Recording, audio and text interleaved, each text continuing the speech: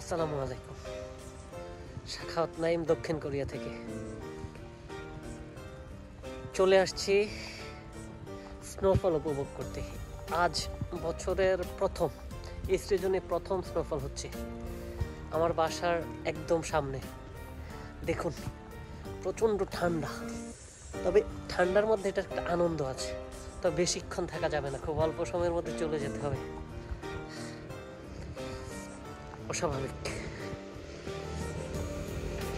তবে আপনারা যারা এই স্নোফল উপভোগ করতে চান, অবশ্যই দেরি না করে চলে আসতে হবে দক্ষিণ কোরিয়ায়।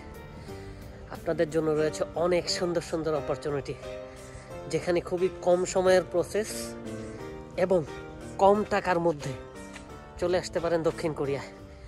আর দক্ষিণ কোরিয়া আসলে দেখতে পাবেন এই ধরনের স্নোফল এনজয় করার মতো।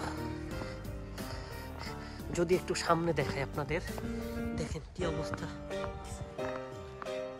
রাস্তাঘাট একদম ভরে আছে।